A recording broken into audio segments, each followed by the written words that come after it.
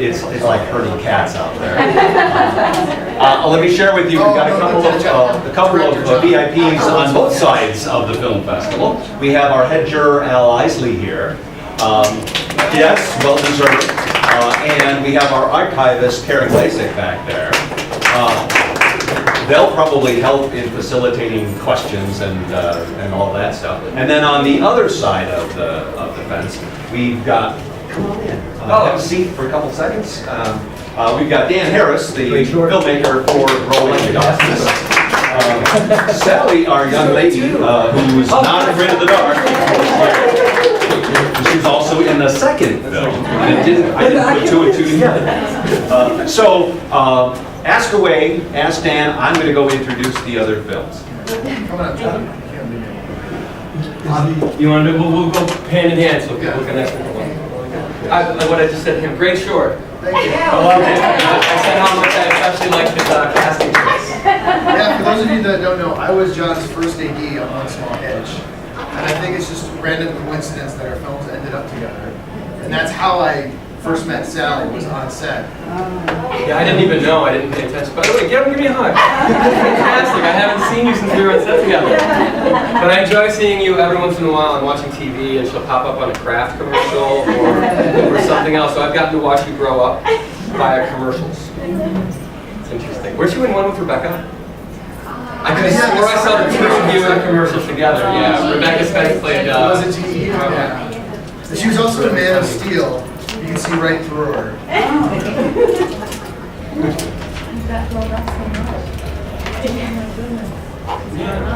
You should come over too. Is anybody else here? You want to come up as well? You were in both movies. Yeah, we'd like to hear the perspective, how these two guys work together. This is my brother Jeff Harris. He did he designed and created the creature. Matt Ornstein, my composer, is sitting right behind him. No, it was quite a coincidence because this is the first year this is our 7th year, and this is the first year where we've matched up a short and a feature, and we tried to put the ones that were nominated kind of together. So the coincidence. So it was a coincidence? It was a coincidence. That's awesome. They matched up pretty cool. We're very happy that they did. I was curious. So who has some questions? Anybody? Oops, I'm late. So, Late to the how did you Q&A. end up in both of the movies? How did the casting go that she ended up? I was, well, John first cast her in One Small Hitch, and I was his first AD. Okay. So that's how I met Sally. And then when we got around to casting Growing Darkness, she was the first person I thought of because, I mean, everybody kind of fell in love with her in One Small Hitch. So was that here in Chicago though? Or was Yeah. that in, okay. That was here in That's Chicago. what it- Yeah, you had like, what, 2 days in LA? Yeah, 2 or 3. One day of B-roll footage and then 2 days or whatever. And I saw tons and tons of kids. And it was funny because I just kept saying, no. In fact, the first day, because we had 2 casting directors. One was Claire Simon, who's one of the bigger ones in Chicago, who handles lots of big productions from the studios, and she'll do a lot of the local casting. And then I had Monica Mickelson, who did all the LA stuff. And Monica does huge studio movies. And then if she finds a script that she really likes, she'll take on small independent, and I was just so thankful that she did, because that was what led me to Shane and Aubrey, her and I working together. But for the Chicago casting, I mean, we probably did 5 or 6 days where we would see different sets of actors for different sets of roles. And I hadn't exactly told her, Claire, how I saw it. It was written as 2 kosher cousins come up and, accost Molly while she's sitting there. And she brought in all these guys in their 40s and 50s that looked like Hasidic Jews. And I said, Claire, maybe I should give you some direction here. I kind of see these as 2 precocious little kids. And then she started bringing in people, and I just kept saying no. And before I ever even met you, it was Shelby or Claire that looked over and went, he's going to fix that. And then when she walked in, it was hands down a no-brainer. In fact, you were the first person that I got up, and I actually walked over and started giving some directions to where we were on camera together, kind of working on it a little bit. And then Brian, the guy that we cast as the other one, he was second in line for Big Mike, who was played by Howie Johnson, that comes and picks him up and throws him to see him kind of thing. And Brian was just so good too, and I said, wouldn't it be funny maybe if we go one with how you saw it, this giant, gentle Jew, and then one that was a precocious little girl, and she's in charge. So we were thinking like Mad Max Beyond Thunderdome, where it was like Master Blaster. Master Blaster. But you figure out a lot of things in the casting process. You have an idea of what you want, and I always tell actors, look, filmmakers have been with the script. If you wrote it yourself, you've been with it for maybe decades.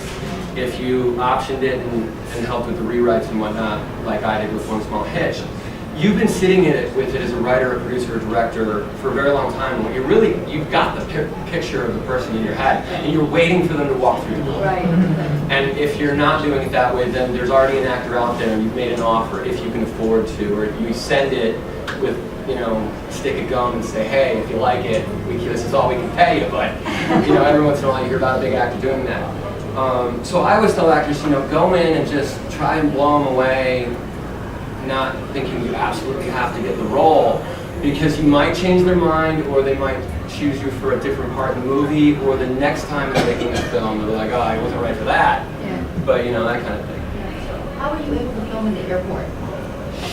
I no longer have a soul. So we were actually both LAX and the O'Hare, we're both in O'Hare. And we were in the international terminal overnight. Yeah. So Okay, all right. we had to get there at like We did 6 3 p.m. overnights. Yeah. It was like 3 overnights, Yeah. and that's actually one of my finest hours as an AD because we had like 11 extras. And then John's like, I want to shoot all the way down the terminal. And I was like, I have 11 extras. So you see a lot of people crossing twice. I did switch it up because we were going to shoot it one way. And then when we were right before, I pulled him and Terry, the director of photography, and I said, all that's out the window, we're going to do it this way now, blah, blah, blah. So yeah, actually, he was very crafty with making it look like we had a lot more action. And I'm like, hey, man, it's a midnight flight, it's late. There's sometimes 3 people on the plane. Right, They're all getting off. Yeah. But it made for a better shot. But actually, you get to shoot for free. Chicago, it wouldn't happen at LAX, so that was why I thought an airport is an airport. Right. Once we stole the exteriors at LAX guerrilla style. It was me and Terry and Isaiah with a camera, driving up, and then right when security was about to say, turn up! We just kept making loops until we kind of got the shots that we wanted. And then we were running around the sidewalks with a pair of sticks. But then, they just kind of made it look like, and a lot of funny things happened.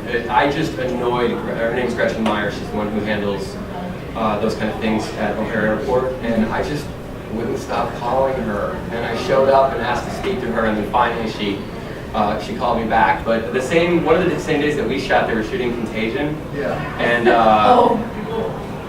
that whole big crew was there, and I'm sure they got a lot more perks than we did.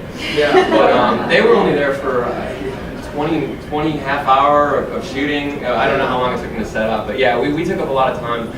The only thing I had to pay for was security, and I think they milked it a little bit because we had 6 or 8 on double or triple time. Yeah. So even though we shot for free, security cost about $8,000. But I was happy about it, and then they made sure nobody was messing with us. And then Obama landed while we were there, and all of a sudden all the PAs and things started coming more frequently, and we were on orange alert and yellow alert. And I'm looking at these guys going, can you turn these things off? We're recording sound. And they're like, yeah, the president just landed. It was interesting. Yeah. John, is this your first feature-length film? Or Yes, it's my first feature. Are you doing it? I am. Oh my God, Janet! Hi! Oh my God, you remember my name. High five. This was your first film too, right? I mean, this was my first feature, but I don't know if it was your first time acting, if you had done a short.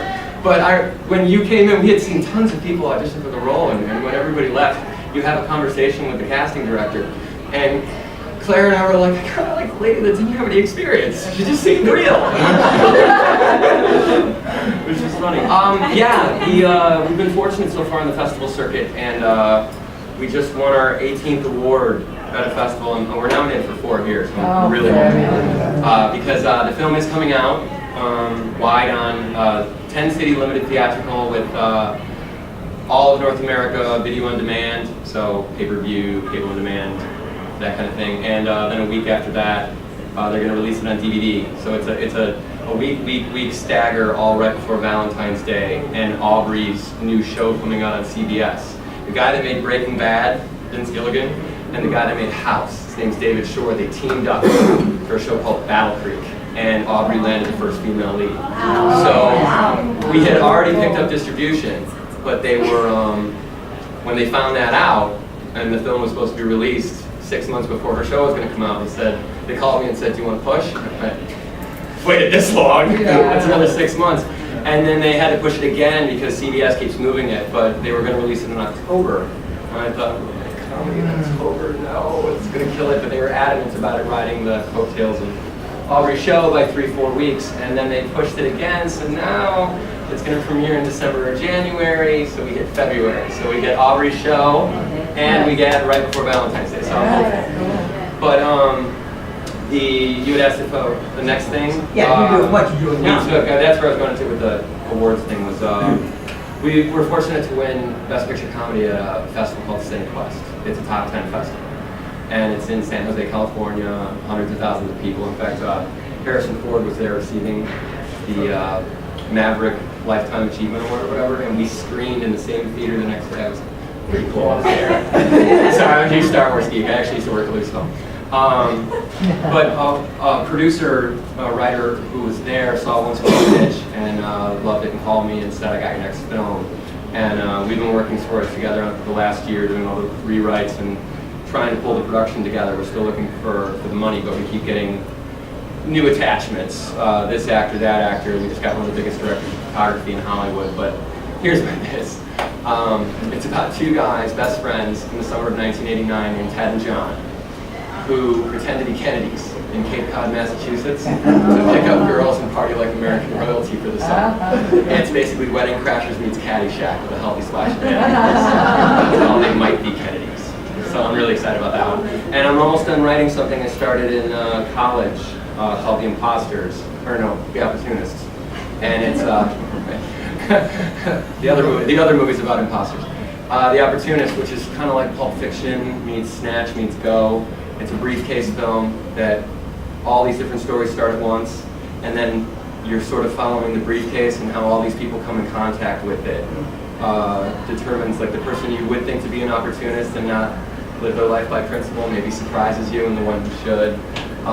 So it's more goofy instead of sadistic, like Pulp Fiction or Snatches, where everybody's a true gangster. This has a couple guys that are like clowny gangsters. They don't really seem to be very good at it. And then a couple of hip, funny cops, and then, you know, some kids that are in high school, and some normal people, a guy that owns a bar. I just thought, what would it be like to do a movie where it was supposed to be about gangster stuff, but everybody was just sort of a normal person. But anyway, those are the two things I'm doing next. Sounds like you're busy. Trying. The hardest part is finding the money. So who's got a checkbook? There's the rub. I don't really have a question, but I just wanted to compliment you on your editing. I thought it was phenomenal how beautifully the movie flowed and the sound from one scene to the other. Oh, thank you. And, Thank you very much. We've been to a lot of independent film festivals, and that seems to be the one thing that can make or break an independent film. I totally agree. I think you have to be thinking about it when you're writing and then directing as how are you going to transition from one scene to the next, and the more clever you can make them, the better, the more smooth it is. And then my editor, he had cut my student short with me, and we just worked great together and kind of got better. And he's a local Chicago filmmaker, graduated from Columbia. So I'll let Ryan know that we were complimented on the editing. More questions? What made you select this particular screenplay When I was coming out of USC, myself and 4 or 5 other friends, we put together an evening of what we called shorts, commercials, and music videos, because one of the guys had decided he didn't want to go into traditional filmmaking. He wanted to be a music video and commercial director. So there was 4 of us who had done fairly large 14 to 20 minute shorts on 35mm, and then you'd watch a short. When you'd see a commercial or a music video, you'd watch a short, that kind of thing. And we invited the town, trying to get agents and managers and representation, that kind of thing. And one of the guys that showed really liked my film, and he wanted to rep me, so we went for coffee, and then he had repped a stable of writers, and one of the writers that he repped was Doty. And I think he sent me about 10 scripts, and then when I read One Small Hitch, even though it was very different than what it ended up finally being, it was in the zone of budget that it could be done for a lot of money, or it could be done for, around what we did, $500,000.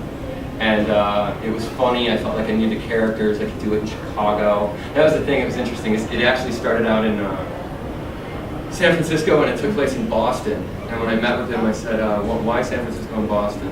Because I want to make some changes. Or no, I said, there's some things I would like to change if I'm going to take it on. Or do you think it's set in stone, or can we make some changes? And he goes, what do you got? And then when he said San Francisco and Boston, I said, why? He goes, well, I grew up in Boston, and when I first moved out west, I moved to San Francisco. Well, I want to change it. He said, why? I said, well, I grew up in Chicago. I moved to LA. But it was twofold, and I like telling that, especially during a Q&A, because it usually gets a laugh. And there was truth that it would make it more personal, but I didn't have any connections, or know the lay of the land, or how to talk to people. I mean, in Boston, I'd sound like a foreigner. In San Francisco, same thing. I had lived in LA and gone to school for 8 years, so most of the shooting we did in LA was favors. And in Chicago, because I grew up here, I just, I could go in with the Cubs hat, backpack, that kind of thing. So how did you find the locations then here in Chicago? Same thing with O'Hare. I just kept going in and talking to people, and you can kind of feel people out if it's going to be a hard no or not. We didn't pay any more than $500 to $1,000 for any location, with the promise of some money on the back end. So some of these people are really hoping that February 6th, through about 3 months from then and beyond, goes well, because they've all got back end deals of an additional 5 or 10 grand or something. And I hope I do get to pay everyone. Actually, you got a rider. I do. It's an amazing apartment, the one that you had with the view. Yeah, no, it was wonderful, and it's actually a very famous spot in Chicago where they do a lot of shooting. The Untouchables, Wanted was there. Wanted, Only the Lonely. Did I say Public Enemy? Yeah, that one. I don't know, 5 or 6 films, and when I first went in to meet with Woody, he said, well, when Public Enemies was here, I got $25,000 a day. I went, yeah, well, that's not. But he ended up letting us, he agreed to the 1,000, and then we did more, went over, did all kinds of stuff, so I ended up giving him $2 grand up front, and I hope I do get to pay him. But, we got to use all that art, and the staging areas were great. And it sold the city of Chicago because you get the L, which was great visually. It was great visually, but the sound guy. Nightmare. On the first day of our tech scout, we get out of the van, and he just looked up at the other track, and he was just like, "You're not serious, right?" That was so good, though. That was really funny. We were always praying trains wouldn't be coming, except the one time when we did that giant crane shot where we're up to introduce it, and they're There are a walking couple up. shots we had PAs on rooftops. Yeah. Radio, it's like, there's a train coming.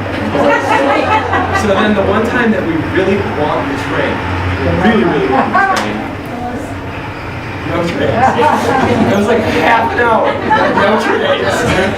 20 minutes And in. time on the money is Because we money had on the set. all those people on the street too, they were all extras too that we had rehearsed, and so they're starting positions. That wasn't just an accident. And we had this really expensive, we could only afford it for one day. Yeah, the guy that did our crane stuff is the same guy that worked on the Transformers movie. Yeah, and Yeah. it makes for a hell of a shot. And all we needed was a train that's been bugging us all season long. They weren't coming here, and I'm like, radioing my guys in the room, like, you're killing me. It's like 42, goes with the editing and the extras. It's a very stressful time, and you don't always remember everything. We're in the editing room, and you do a take, and then you do another take, and everything gets slated. Now the assistant editors have put it all together. So we're watching the first one of the crane shot, and it's coming down, and here come these 2 joggers coming around. And Ryan goes, "That's great. Is that us?" And I go, "I don't know. Let's watch the next take." And we get to the next take, and here they come again. I'm like, "Yeah, it was us." That was funny. Anyway, Yeah, little but, anecdote. yeah. It was a huge extras movie in general. I mean, like the wedding scenes, the airport. Yeah, and there's still a few where I do feel like it's light. If I could go back and do certain things different, adding up on the extras a little bit would have been. But for the amount of money that we had to make the movie, I really don't think I could have made it any better, unless if I had a significant amount more to change, more crane shots, more this, more that. But for the amount of money we had, More nightclubs, more one or two hotel more lobbies. extras isn't going to make a difference. No, the hotel lobby, those were not extras. We stole them. Yeah, that's really funny. The Blackstone Hotel, he's actually still a pretty good friend. He emails me every once in a while.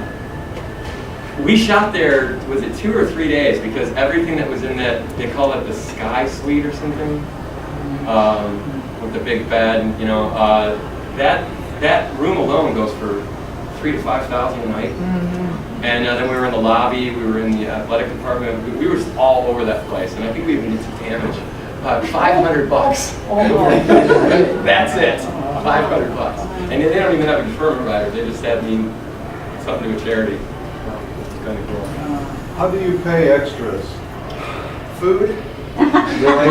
What if they have to speak one word? Is that? No, then they bump up, they're not extras anymore. Really? And we used an incredible extras casting company called Extraordinary Casting.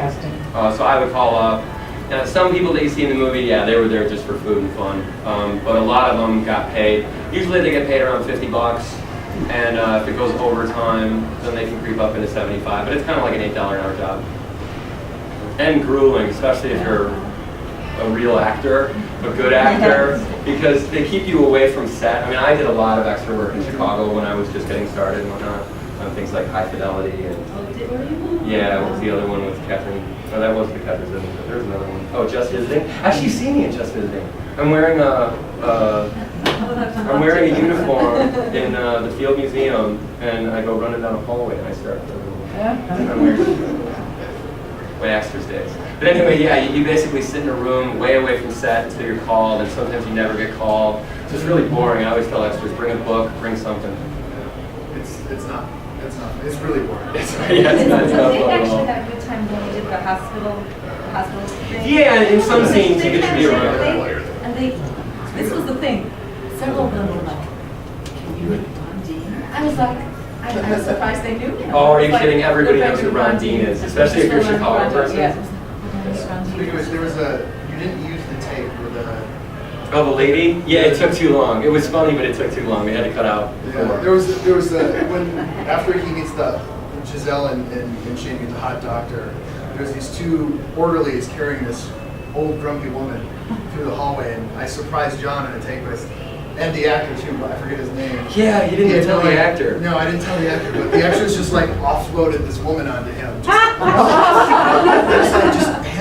hand her off to this doctor. It was like the movie Patient. Like there would normally be like a bar patron trying to kick out. That's how she's behaving. It was funny. But it took too long to get to it. We had to cut out. Because the look on his face was genuine. Was it genuine? So, somebody asked Sally who's a better director. You know what? I accept. Hey, I had to work with her and she was like this big. Yeah, you only had her for a couple of hours. I had her the whole day. You did a great job out of that. It was really funny. So I'll ask, how is it to be directed by them? How do they direct you? Or how do they I just kind of listened to what they told me and it worked out well, so. When she showed up on my set with her father and they put her in a costume, I could tell she wasn't happy because the costume designer, well, this is what her dad told me. He said she stopped wearing this stuff 2 years ago. Yeah. So you just have this grumpy look on your face. No, it's great. Stay in that character. Yeah, she got to do a lot more on dance, so it was fun to watch you flex your acting. So Sally, what else should we look for you in? Do you have any other things coming up right now?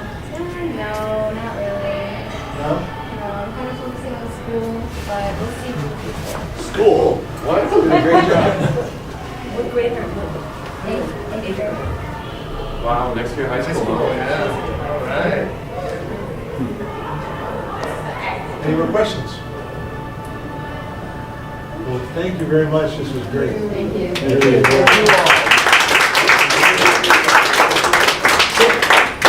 Yeah, I'll be there. I can find out where it is.